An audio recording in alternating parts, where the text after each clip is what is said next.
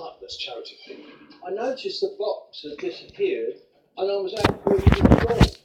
We had about 30 comments saying that they thought it was this one guy.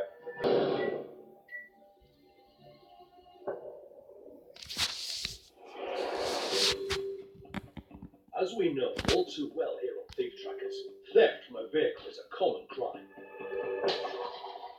With over 1,600 incidents a day in 2016. Helping Thief Trackers with our investigations, former Detective Chief Superintendent Sue Hill, who has spent over 30 years tackling. It's very, very common that people leave items of value in their car. The whole length of this road I've looked in, and there are various items that could be stolen from any of these vehicles. You just think for that minute, I'll be back in a moment, I'll just leave my phone, it's going to be fine. And then it happens. If it's valuable, lock it away. We fitted a GPS tracker into a laptop, so if it's stolen, we can trace the signal on a smartphone or tablet and track it down. Following the thieves' every move is the Thief Trackers undercover team, mounting a covert surveillance operation. For their safety, you won't see them, but you'll hear their voices. Get the tracker up. We'll do this, we'll get there. As they follow the thieves' every move.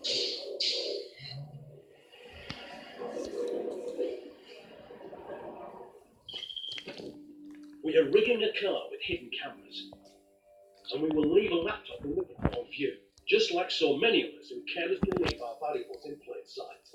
If a thief strikes, we'll capture their every move. The cameras are set, and the team observe from a car park nearby.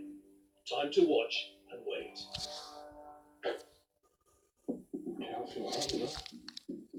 This area is pretty quiet, which makes it ideal for thieves scoping parked cars.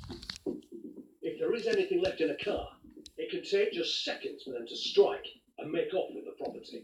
And it's not long before the team spots someone. It seems he's looking at his phone, but he appears to be checking out this car. And this car too. He walks past our camera car.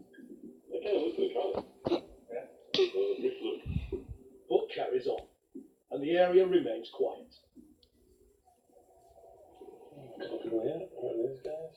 The passers-by seem to be residents going about their business. Further down the road, the team spy the man from earlier.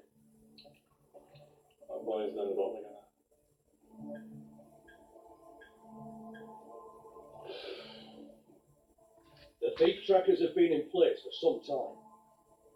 I think we're going to be honest with you. Yeah. There's just not enough football here. Yeah. That's all. Suddenly, they spot a familiar face. That guy's back. That guy is back.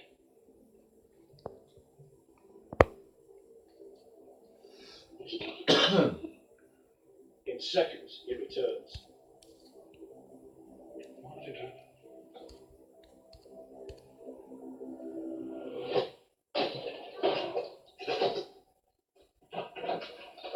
The man strikes, smashing the window and making off with our laptop and phone. Look at cameras.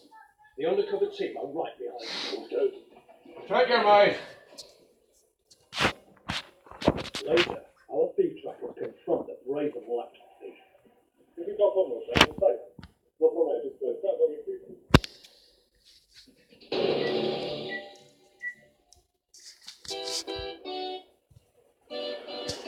One man who knows all about having his property stolen from his Oh parents my is God. Robert Hallmark, the CEO of a male grooming company. He is and so works loud. at Minicash Ride. I know. He's one of the 80% Oh my God. of Brits who now own a smartphone. A popular target Yeah. for thieves, a whopping 800,000 stolen every year. Robert has two smartphones, one for work and one for personal use. He made the mistake of thinking they'd be safe if they were hidden away in his car. Keep my work phone inside the centre console. It's hidden from sight. It's not something you could sort of look at and go, there must be a phone in there. One morning, Rob had a rude awakening. An opportunist broke into his car and ransacked it, taking his phone and other valuables. Luckily, a neighbour had seen someone getting out of the car and quickly alerted Rob. I was in our kitchen It was at the other side of the house, so I didn't hear the alarm go off. When I looked inside the centre compartment, it had been opened up. It's where I kept my phone. That was gone. I didn't immediately notice anything else because there's nothing really of value in there. They could have left the chewing gum packet, if you like. The thief had stolen Rob's work phone, which has a built-in GPS tracker. He was able to log into the tracking app using his personal mobile and see where the crook and the stolen smartphone were. When I logged in, I wasn't sure what to expect, and part of me had a mixed reaction because I was obviously quite cross about the crime, but then my face slightly lit up when I went onto the app and I saw my phone from the car wasn't, if you like, at my address. It was still tracking its location. The tracker gave him an immediate position fix on his phone. It was about a mile and a half away in Birmingham, so it's not like it was making its way up the M42 or something. So I started thinking, actually, that's within reach. So a little part of me was thinking, it might not just be over yet. With his stolen phone in his sights, Rob set off in pursuit. It had not only the street name, but its location on that street. So I felt I could probably locate that handset quite accurately, certainly within a few doors of the address. When I arrived at the address, I could see the phone hadn't moved. So I knew sitting outside the house, if my phone moved, I could probably join the dots between my phone moving on that and maybe someone walking on that street. While staking out the street, he called the police. I was on the phone to the police through 101, giving them the details, because I had no intention of being a vigilante. I was thinking, if I can identify a person, I can give their location to the police. Because I had this determination to go, I'm going to get the phone back. This is such a pain to have lost it. So whilst I didn't want confrontation, I also didn't want to just limp off home. And it wasn't long before something caught his eye. A man got into a car and drove off, clearly in a hurry.